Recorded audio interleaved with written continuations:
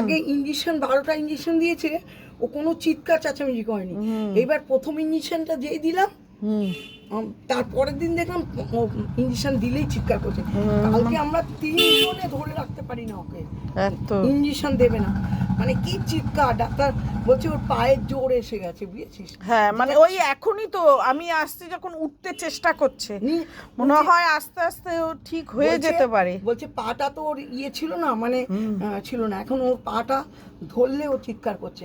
আর injection মানে চিৎকার করছে মানে আসছে অবশ্যের থেকে এটা আসছে, বলছে ইয়ে হয়ে গেছে, মানে যেটা ছিল জানি না ঠিক হবে সেটা কিনা। কেটে গেছে।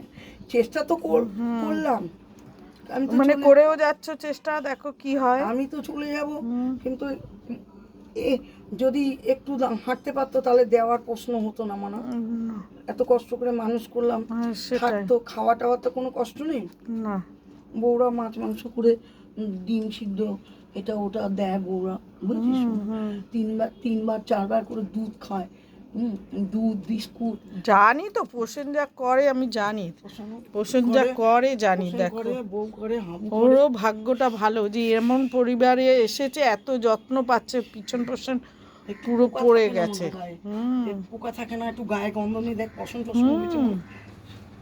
কিন্তু কি করবে, ঠিক হচ্ছে না, এত পয়সা ঠিক করছে। বলছে ডাক্তার বলছে